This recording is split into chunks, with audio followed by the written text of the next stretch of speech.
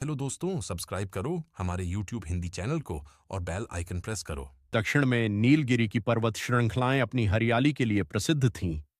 यहाँ के घने जंगलों में एक बहुत पुराना बरगद का पेड़ था, जिसे ज्ञान वृक्ष कहा जाता था। इसी पेड़ के एक खोखले कोटर में शुकदेव नाम का एक तोता रहता था।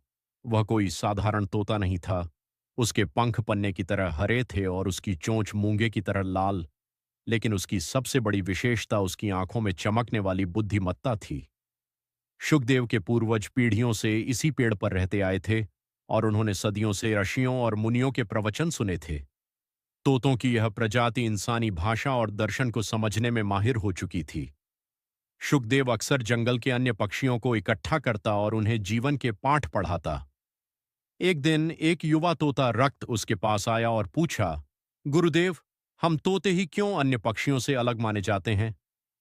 शुकदेव ने अपनी आंखें सिकोड़ी और कहा, पुत्र, तोता केवल एक पक्षी नहीं, बल्कि स्मृति और अनुकरण का प्रतीक है। प्रकृति ने हमें एक ऐसी जीभ दी है जो शब्दों को आकार दे सकती है, लेकिन यह हम पर निर्भर करता है कि हम उन शब्दों से अमृत बरसाएं या केवल शोर मचाएं। तोतों का ज्ञान वैज्ञानिक तथ्य कहानी के रूप में।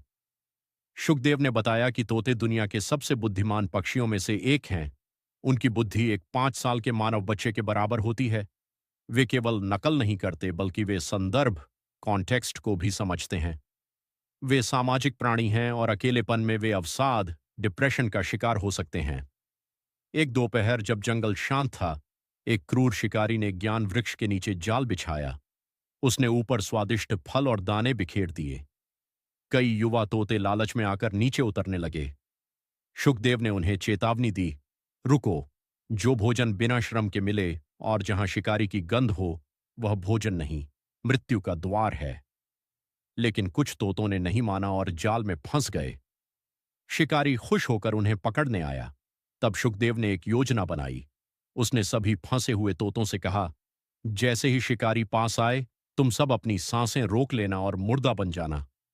जब शिकारी ने देखा कि सारे तोते मर चुके हैं, तो उसने निराश होकर एक एक करके उन्हें जाल से बाहर फेंकना शुरू किया। जैसे ही आखिरी तोता फेंका गया, शुकदेव की एक विशेष आवाज पर सभी तोते एक साथ उड़ गए। यह एकता और बुद्धिमत्ता की जीत थी। पिंजरे का मोह और आजादी का मूल्य कहानी आगे बढ़ती है जब शुकदेव को एक राजा के महल में ले जाया जाता है। राजा उसे सोने के पिंजरे में रखता है और उसे दुनिया के सबसे अच्छे व्यंजन खिलाता है। लेकिन शुकदेव दुखी था। राजा ने पूछा, तुम्हें यहाँ क्या कमी है?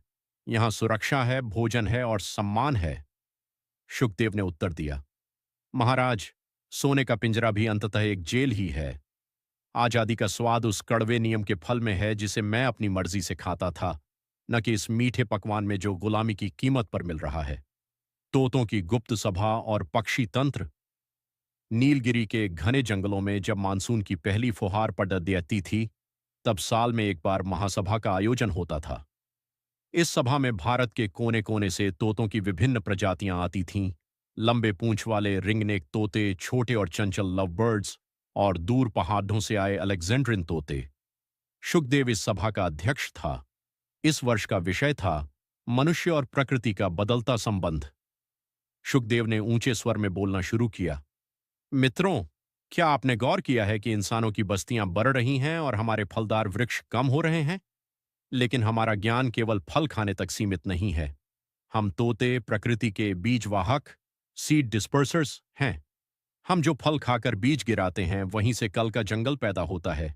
यदि हम न रहे तो जंगल भी नहीं रहेंगे। यहां शुकदेव ने तोतों के बारे में एक गहरा रहस्य बताया।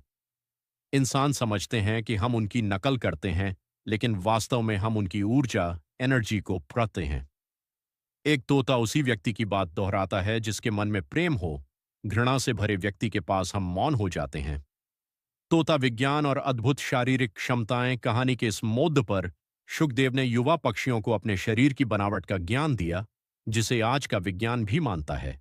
पैरों की शक्ति, ज़िगोडैक्टिल फीट। हमारे 2 अंगूठे आगे और 2 पीछे होते हैं। यह केवल पकड़ डीएचने के लिए नहीं, बल्कि हमारे हाथों की तरह काम करते हैं। हम दुनिया के इकलौते पक्षी हैं जो अपने पैरों से खाना उठाकर मुंह तक ले जाते हैं। चोंच की बनावट।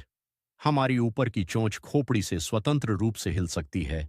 यह हमें एक अद्भुत ग्रिप और कठोर से कठोर अखरोट तोड़ ढाने की शक्ति देती है। बुद्धि का केंद्र। हमारा मस्तिष्क आकार में छोटा है, लेकिन इसमें न्यूरॉन्स का घनत्व डेंसिटी उतना ही है जितना बंदरों में होता है। इसीलिए हम जटिल समस्याओं को हल कर सकते हैं। रानी का हार और शुकदेव की चतुराई। जंगल के पास ही विजयनगर नाम का एक राज्य था। वहां की रानी का कीमती हीरों का हार खो गया। शक एक निर्दोष माली पर गया। राजा ने उसे मृत्युदंड की सजा सुना दी। शुकदेव ने जब यह सुना तो उसे बहुत दुख हुआ। वह उठ दौड़कर महल की खिड़की पर जा बैठा। उसने देखा कि रानी का हार असल में एक दुष्ट कौवे ने चुराकर महल के पुराने बुर्ज की एक दरार में छुपा दिया था।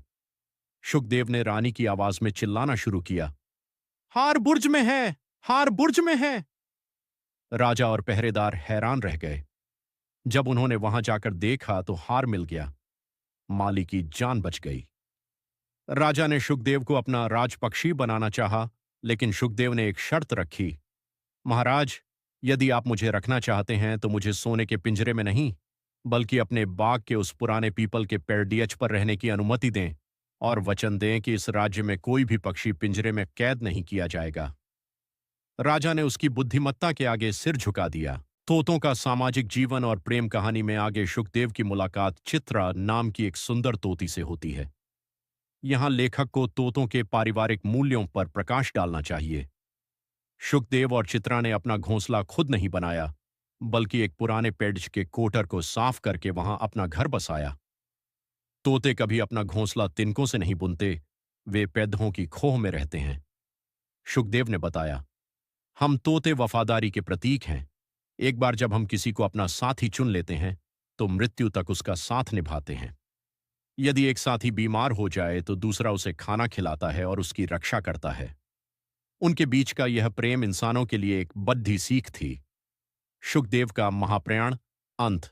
सैकड़ों वर्षों तक जीने के बाद लोक कथाओं के अनुसार शुकदेव का शरीर अब थक चुका था। उसके पंख सफेद होने लगे थे।